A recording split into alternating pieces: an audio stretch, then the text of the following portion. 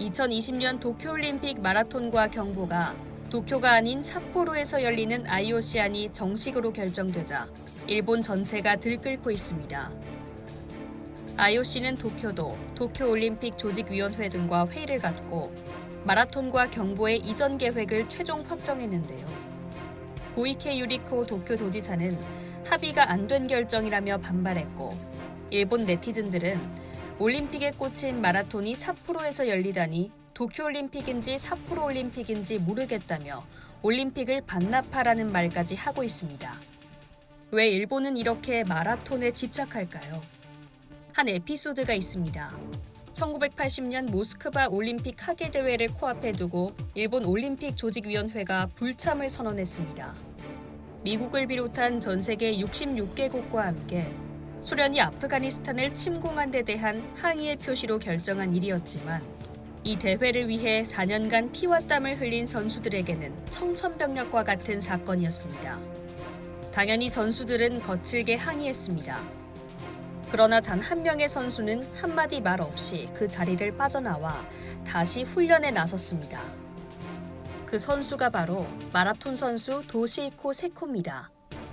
그때까지 기록으로는 누구도 부정할 수 없을 만큼 완벽한 우승 후보였습니다. 그 다음에 1981년 보스톤 마라톤 대회에서 우승했을 정도니까요. 마라톤 선수에게 최고의 영광은 올림픽 우승이고 그 찬스는 일생에 단 한 번이라고 해도 과언이 아닙니다. 그런 일생일대의 우승 기회를 놓치고도 세코 선수는 말 한마디 없이 뒤로 돌아선 겁니다. 42.195km를 오로지 혼자서 해내야만 하는 마라톤은 인내력을 상징하는 스포츠입니다. 그런 점 때문에 일본인이 유독 마라톤에 깊은 애정을 갖고 있다고 볼 수 있습니다. 일본인이 마라톤을 얼마나 좋아했으면 영국의 한 저널리스트는 일본인은 왜 마라톤을 좋아할까라는 주제로 책까지 썼다고 합니다. 일본 전국에는 일주일에 한 번 이상 달리기를 하는 사람이 1,000만 명이 넘고 매년 80개 정도 마라톤 대회가 개최되고 있습니다.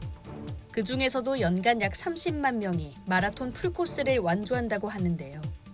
마라톤 중에서도 특히 여러 명이 계주를 하면서 장거리를 달리는 에키데는 아주 옛날부터 축제와 함께 전해져 내려오고 있습니다. 우리나라에 90년대까지 역전 마라톤이라고 있었는데 바로 그겁니다.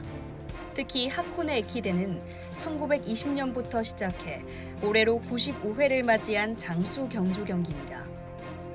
1987년부터 이틀 내내 TV 생중계를 하고 있는데 시청률이 25%에서 30%나 된다고 합니다. 이쯤 되면 국민 스포츠라고 봐야겠죠.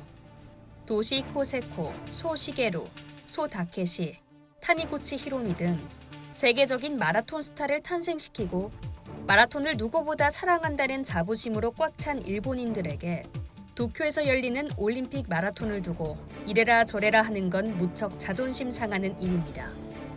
여기까지 보면 마라톤이 일본 밖이 아닌 그냥 장소만 바꿔서 열리는 건데 뭐가 문제냐 할지 모릅니다. 올림픽 개최도시 도쿄도가 IOC 결정에 강력 반발하는 이유는 바로 경제적인 측면 때문입니다. 올림픽을 개최하는 이유는 국가뿐만 아니라 도시 브랜드 가치를 높이는 데 있습니다. 관광 수입은 덤이고요. 올림픽 경기는 대부분 경기장 내에서 이루어지기 때문에 올림픽 개최 도시는 다른 나라 도시와 차별화되지 않습니다. 마라톤이라면 얘기가 달라집니다. 최소 2시간 이상은 지상에서, 하늘에서, 도시 곳곳의 입체적인 모습을 전 세계로 생중계합니다. 돈으로 환산하면 수천억에서 수십조 원의 가치가 있을 겁니다. 이러한 매력 때문에 올림픽 개최지로 선정되기 위해 어마어마한 공을 들이고 도시미관에 돈을 쏟아붓습니다.